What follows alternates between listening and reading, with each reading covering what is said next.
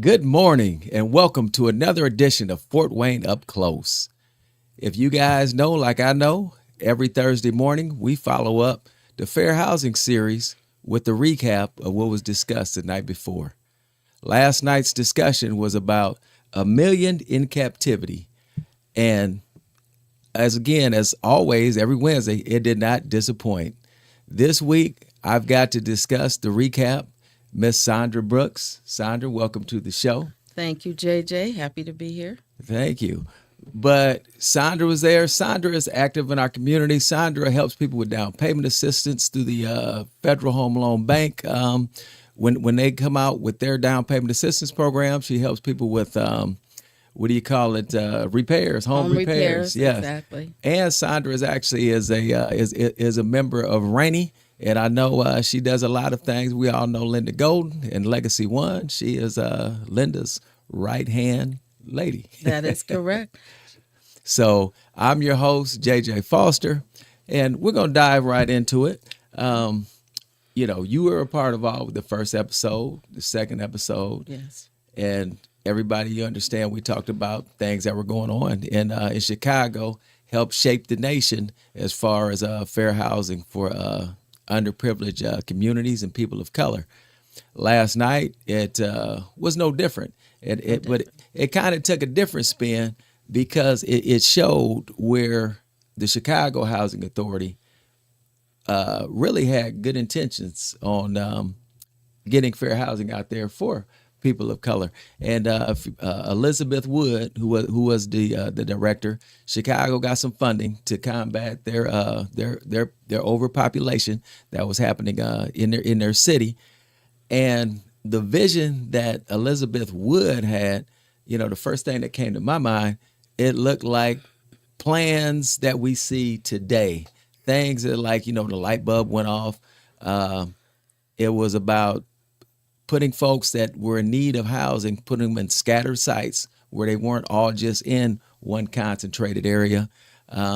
She talked about the importance of having parks and playgrounds and things and land for kids to play on. And I guess just as important too, she was not a fan of the high rises and understood, what a high rise meant. She was all about low rising, and that was her plan for the Chicago Housing Authority. But Sondra, take it from there. What did other people think when she unveiled her plan and what she wanted to do? Well, I agree with what you just said. The intent of Elizabeth. Unfortunately, the neighborhood associations and others, that is not what they wanted. And I was so impressed with what she was doing, because that's exactly what we want to happen, that everyone should have access to housing in neighborhoods and in communities, not being concentrated in one area, and certainly not in these high-rise housing areas. So it was very disappointing to me. Last night's session was a very challenging session, because for me, it was the blatant, intentional actions of neighborhood associations and others to deny equal housing to blacks in Chicago. Yeah, and to follow up with that, you're exactly right. You talk about the neighborhood associations and things, but even more importantly, the white power structure. There was backing. When you think about it, the plans that Elizabeth Wood had, City Council took over and made the plans their own. Exactly. And they decided what was going to transpire. So it's one thing for residents to have their opinions and say, hey, we don't want this isn't going to happen. But it's another when you have the backing from government, from the city. Well, and that is that unfortunately seems really common today. A lot of efforts are made to bring development into communities, and in the public eye, you see that there's an interest, and we're backing you and we're behind you, but behind the scenes, there's other stuff playing out behind the scenes, and you may think you're making an advancements and getting a development, but the powers to be, the city council, the government, the people with the money have a different story, and then you're set back, and it's a frustrating thing because we need funding to make things happen, just like in Chicago, and the funding was there, but the decision was made to do something different, which was very frustrating. Yes, no doubt.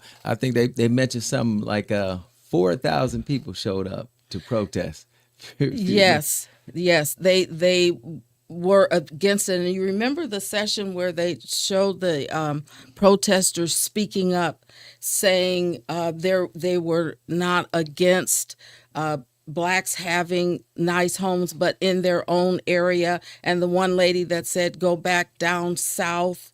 And have your own area down south, but not here with us. And it was just amazing to see that those things truly happen, and they ended up winning. The victory was not for housing for blacks. It ended up with them winning, and there was a great segregation in Chicago. Yeah, when the city took over, they straight put they built the developments back in the black belt, put everybody, That's right. in one particular area, and they went with the high rise structure that became synonymous with Chicago. That's correct. And what do they call it? It's a street that they called it. And again, I got my notes here, folks. I got my Exactly. city notes. So We both have notes. yes, but what do they call it? It's the State Street Corridor. There we go. The State Street Corridor. Yes. A row of identical buildings, just going up, and it's the classic, as people call them, projects, like we see in New York, or like I said, Chicago back in the day, Capri Green, all those things, and something that I think we talked about on a show earlier this week. But when you look at anytime when you're talking redlining and concentrated areas, the Black Belt is always divided by something. And everybody that's been to Chicago has been on The Dan Ryan Express. Dan Ryan Express. The big cement, the Berlin Wall. That was the comment that was made in the video. It was a dividing wall to separate. So and it was, my goodness, this is true. Anybody that's been to Chicago, as you're riding on the Dan Ryan Express, you just see all of the high-rise apartments, one on top of the other, as high as you can see, and people concentrated in one area. And that was an intentional action to separate, to keep them separated. Correct. Another statistic that stood out to me, they talked about as Chicago's population grew, they showed at 800,000. And then the big boom from 1950 to the 60s is when it really grew. And that's when white people start moving out to the suburbs. Correct. And so with that push to the suburbs came all the amenities and things, building up those suburbs, giving people subsidies for housing, making the improvements to transportation so folks can get around, doing development, all that stuff. But again, afforded to white people. When Chicago population got up to the millions, out of that million people, there was only 154 African Americans that were actually lived in the suburbs. That is correct. I was just looking at my notes, and I did mention that part. A million whites that moved to the suburbs, and all of those great subsidies, all of those amenities for housing, roads, schools, etc. And my note said, but all for whites, not for the blacks. That Falls Drive was a prominent place, and it turned off when blacks began to move in some of those areas. The city turned off their water. The intentional, blatant acts of keeping blacks away from anything that they were entitled to. Yeah, and then think about, I know there were some developments, they were talking about doing some mixed race suburbs, Yes. and they were, kind of doing it, we'll say, under the cover of darkness, but in discretion, and word would get out, and then next thing you know, the builders, houses didn't pass inspections and things of that nature. So again, when you talk about, direct, intentional, Intentional, yes, exactly, intentional. And you mentioned about the riots.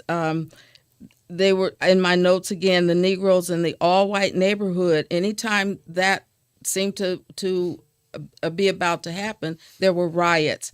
And Benny and Donnie Howard, they hung in there and they stuck it out, and Elizabeth stood by them as well. But at one point, remember, they had police protection come into the neighborhoods. yeah, yeah, which was a sight. You literally got police. They show her pushing her baby in the stroller and things. Yes, I mean, who could live under those exactly, conditions and for how exactly. long? So it was tough. The one family, it's funny that you brought that up. African American family, they lived out in the suburbs, and again, fire bombings and were forced out. And it was some kind of way when they finagled their house, their property, and they were going to turn it into a park. The neighborhood association came, and they were going to turn it into a park. They used their lot, and so when it came to fruition that they're going to make it a park, there was going to be a cost that were going to raise the neighborhood association fees to fund this park. And the people was like, "Oh no, they didn't want to fund the park. They just knew they didn't want." It was Frank Brown. Okay. They didn't want them there. So they ended up getting the house back just because people didn't want to They didn't come out want to of their pocket. pay. Yeah, Yes, I remember that part. The Chicago Housing Association opened up more projects to non-whites, and again, that's remember when she spoke out. She spoke up at the city council. She was against it. She was against the racial policies. She's the one that mentioned the shame of Chicago and the shame of the nation. And what happened to her the next day? she got fired. She got fired. She Yeah, got fired. Even people speaking up for what is right, if the powers that be don't like that, they're fired. It sounds very familiar to some things happening in our world today. correct. Well, and again, back then, I mean, this was just, as we said, so blatant and so intentional. And I can help but think, you know, where we would be had they, followed Elizabeth Wood's vision. Exactly. And, I was talking with some guys offset yesterday because I knew the story of Levittown, very similar story in, a suburb in post-World War. Okay. And soldiers came back, had all the amenities and everything. They used their GI Bill to get into this housing. And African American soldiers, it wasn't afforded to them. One for them. But I always said, okay, so now you can't just call it greed, because if it's greed, I mean, why not build two identical? I got Levittown for whites, I got Levittown for blacks. You could make money. So the same thing here. Why not if you build something nice? And back then, housing authority, for people that don't understand, now people look at it, people that are down and out, and they're constantly changing policies because they're worried about people getting government funding and Abusing it. abusing the system. But I mean, back then you had literally people who was help you get on your feet till they could get a good job and things. And they had that waiting list, and they were literally putting people in nice homes.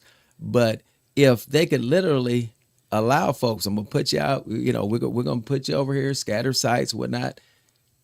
Everybody, you have the income to maintain, to generate income for our community and things. I mean, that should be a win. But to me, it's almost like, I mean, the ignorance that people truly believed a lot of these myths and stereotypes that were put out there, as though, people of color were truly less than and weren't going to upkeep their homes, and felt that their families truly were, their lives were at stake. And it's funny that you talked about Elizabeth Wood coining that phrase that Yes. stood out to me. But then the other thing I think she talked about was, like she said, never until you looked at housing was discrimination so evident and just direct. Yeah. So it's funny because again, when you talk about people's neighborhoods, and I guess you throw their families in, because a lot of people say I'm not racist. Hey, I'm just that other till you say, hey, I'm going to move next door to you, or till you say I'm going to date your daughter. Now that brings out A who whole somebody new, really is. yes. So And I think the biggest, just the realization, the sadness of the fact that white people just didn't want to be around blacks. And not just that, but did not value them as humans, did not see the humanity in black people, and they have a right. Blacks, all people, all races have a right to decent housing, to live in a neighborhood, a community where they feel safe, not to be worried about being bombed and all of the things that they went through. That's the saddest part, and it's still a real issue today of just blatant racism and the thought that because of the color of your skin you're not trustworthy, or the negative connotations, all the things that we heard, the welfare queen, the just waiting for a government check, not able to get your own housing, whatever it is, it's just that negative stereotype, the negative connotation against people of color, and that still reigns true today, and that's a very sad commentary on where we are today as a society. That's how that's the biggest takeaway from this series so far. Every session, it was very sad. and that's funny. That's a great way of putting it. It was almost like when it stopped last night, there was a collective sigh in that room, Yes. and it was very somber. And I know when Aisha and Kelly came on the stage at the end and had a little Q&A, but it was a whole different It tone than the was. first two sessions. It was. It So was just clear. It was right in your eyes to see that, and to see the videos from actual town hall meetings, and the disgust expressed by the white people against black people. It was very sad, and I think for me too, there's still so many parallels today, right today, in the world we live in all areas across the board in our country, and that it's as if have we really made progress? Have we? What is our housing in Fort Wayne? I know as we part of Rainy, as you mentioned, the Realtors Association, our goal to increase home ownership, specifically among people of color and people in Southeast Fort Wayne. Our goal is to make affordable housing available to all, and not just low income or apartments or projects as they were called. And the it's not an easy task. It's still a process, and sometimes there's not a lot of support.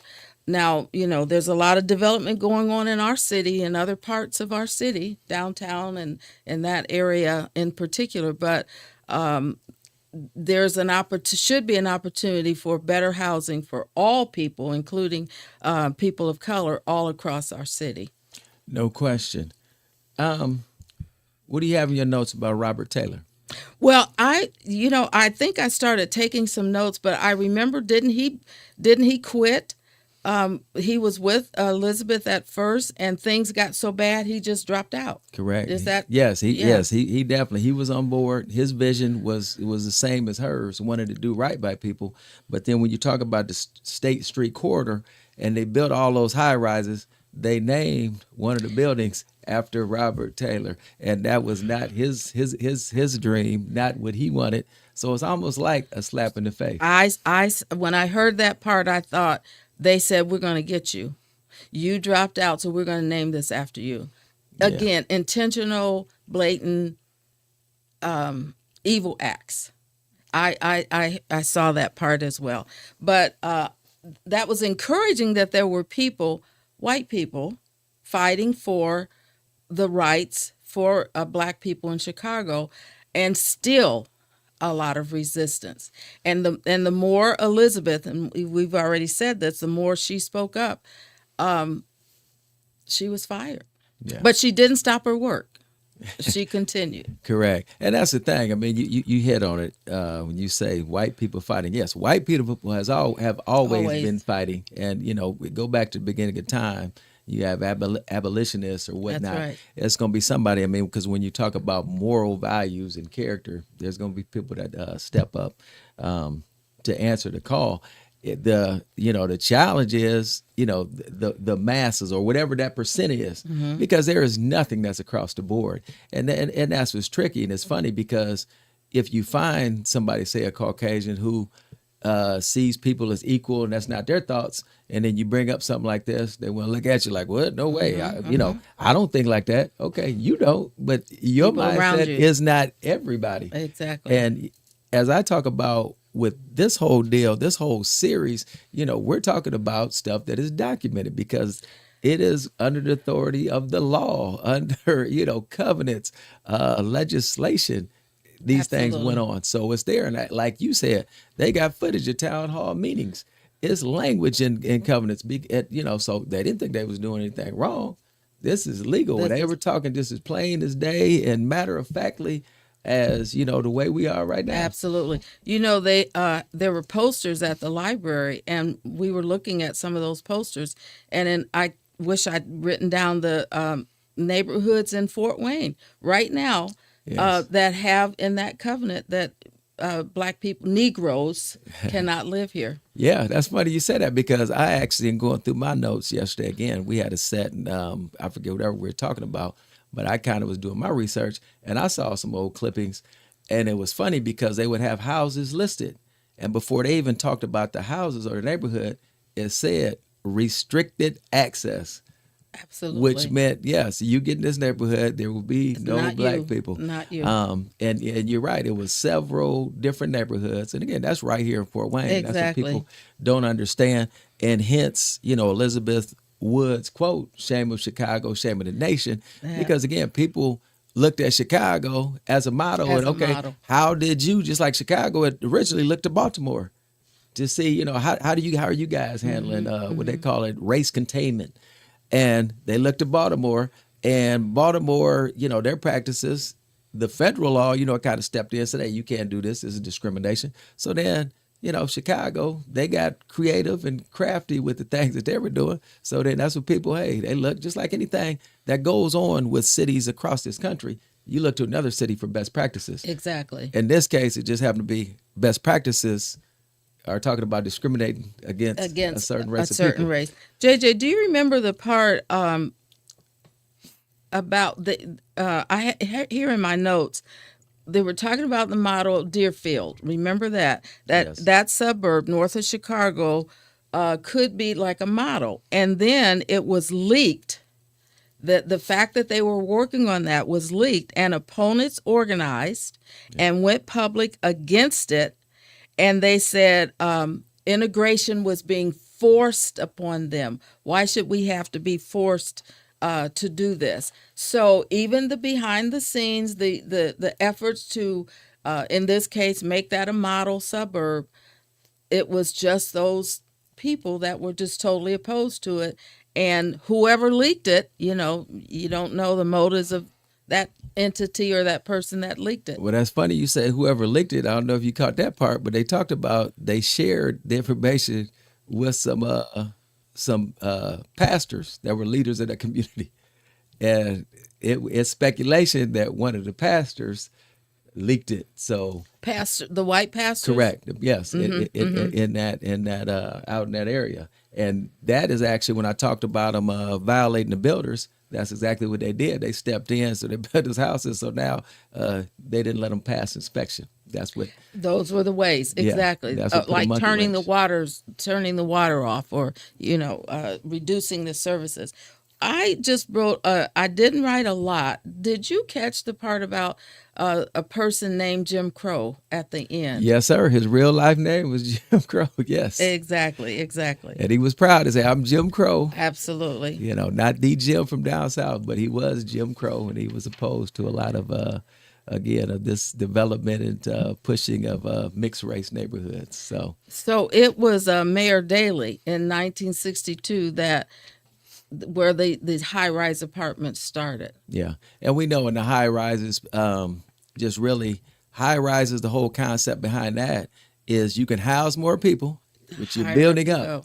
So the higher you go, and then imagine when you're up there at the top floor and you're putting people in adverse situations, bad conditions. Like folks said, it was a matter of life and death, and almost like being in a prison as you go down to different levels. And again, everything was concrete. There wasn't a whole lot of green. No green. So what does that do to people's, to their mental? I mean, it's just Exactly. no hope, a lot of despair, and again, all by designs. But if you look at it right now, Cabrini Greens is gone. Again, Housing Authority, they are.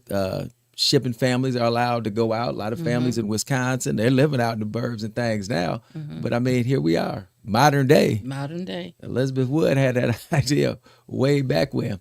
And I'll pose this question to you because again, this is conversation that again we have offset, and I've often asked folks. We're aware of segregation, and that's what Chicago was. Hey, they didn't want us living with them or black people living with them. But whenever blacks got an area where they could live in that was of quality, they would look. I mean, if they wanted it, they were coming to get that. What if places were, if we were separate and they were truly equal? I mean, what do you feel about that?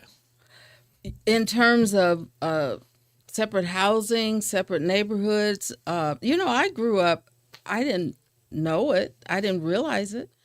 I grew up in what I realize now was segregated neighborhood. I just lived on. We lived on Hannah Street. We lived on Weiser Park. We lived on Reed Street. But I did not know that it was an intentional effort to keep blacks in one area. There were way back when I was really young, I vaguely remember some whites in our neighborhood, so much so that I'm one of 8, but my 2 sisters and I, we would play with the little girl down the street and little white girl all the time. And one day we went to her house. And the mother said, "No, you can't play with her. You can play with Linda and Debbie, but you can't play with Sandy because she's black." And my older Linda and Debbie are fair skinned, light skinned. So this family thought they were white, and because my skin is darker, that I was black, and she couldn't play with me anymore. So of course my mom, we stopped playing with her at all. So I grew up in a segregated neighborhood, but did not know that we were in a segregated neighborhood. Gotcha. And I guess my whole premise, when I look at it, I studied segregation and actually had a talk on segregation. I did a whole paper on segregated but equal, because we knew segregation was unequal. So if you want to go down to Jim Crow at its very best, I mean, people were, as we said, treated less than being human beings. When you talk about the school systems, I mean, they were given books that they didn't want at white schools. Everything was just hand-me-downs. Run down. Through the series, we learned, in Chicago itself, in that black belt, they would pick up garbage once a month versus once a week. That part. So again, adverse conditions. So again, what if they pick stuff up once a week and we're able to obtain? So whatever repairs we're doing over here, whatever development you're doing, I mean, it's not necessarily a bad thing. And then if we're going to be segregated, because people self-segregate all the time, whether and again, it's not necessarily by color, but by who you like, who who is in your group, your structure. There you go. But if you segregated and you're allowed, you didn't have to be, but if you want to live over there, you're gonna live over there. That's how it should be. That's how it should be. Yeah, that's your choice. But at the end of the day, we got two quality, neighborhoods, size of town going on, same amenities, same resources. If it's something, that's paid for through government fundings and whatnot. And I think that is really that stands out to me, because it's almost just like, hey, this is going to be your choice. I don't care if you're a doctor. I don't care if you're a lawyer. I don't care if you're a billionaire. You're not going to be my neighbor. The only place you're going is over here this place. in this particular area. So that is where it becomes an issue. But as you can see, and I've said it all the time, this series, again, hats off to the city, Yes. to Metro Human Relations, to the Urban League, and to Midwest America for putting this on. It's been great just because, again, we can have discussions. You've got people of different ages, different backgrounds that can come in and watch this and just generate, conversation. And again, it is eye-opening because we hear about structured racism, systematic racism. And, there's some people that say, it didn't happen. It didn't exist. Or it was so long ago. But the reality is, as you've said, as other people that have sat in that chair with you and we discuss, and it's like, man, I see parallels today. Exactly. Well, I think I too appreciate this series. It really was an eye-opener. There is one more session next week, and I would encourage people to come. Anybody that hasn't, it's not too late. But it really was an eye-opener to see it in real life, especially the old reels that they played, the documents that they showed, that they interviewed people, the historians that have studied this. And yes, it is, you always hear we need to know our history so that we don't repeat it. Sometimes that can happen and sometimes it doesn't. And we're all aware of, where we are now as a nation, all the things that we're going through with racism, housing, everything. But it really was important for us to see. And yes, maybe even to be more aware that there may be some behind the scenes things. You may hear that, there's housing available, or we're going to build this, or we're going to develop that. Not to be surprised if there's a roadblock or something that comes in the way to keep that from coming to fruition. But it really is an excellent series. I was a little worried about every week. I haven't missed one, and I don't intend to miss the next one because it really is good, sparking conversation. There was not necessarily a mixed audience, but there were people there that are interested to hear. So I just hope that all of us that were there take that in and do whatever we can to make sure that there's equality across the board for everybody. Well, hey, I think Sondra stole my recap. Hey, there's nothing left for me to say to close out. But next Wednesday, the final of the 4-part series, 5:30 to 6:30, Allen County Public Library. The title next week is "We Found the Enemy, and It Isn't Us." We found the enemy, and it isn't us. So they will have again a video of the segment to watch, and then that will be followed up by a panel discussion. So I'm looking forward to it, and it's funny because you guys have heard me.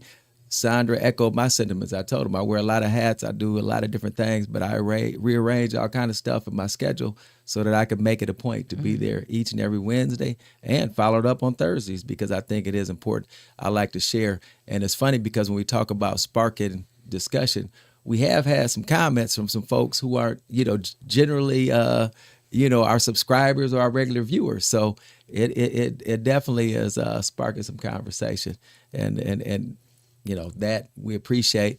And I would like to just say once again, our thoughts and opinion are ours and ours alone. Yes. We are just providing, again, a platform for a discussion following a great series and a great topic. So I thank you, Sondra, for coming on. Thank you for having me, JJ. All righty. I'm your host, JJ Foster, for Wayne Up Close, and we are ONV.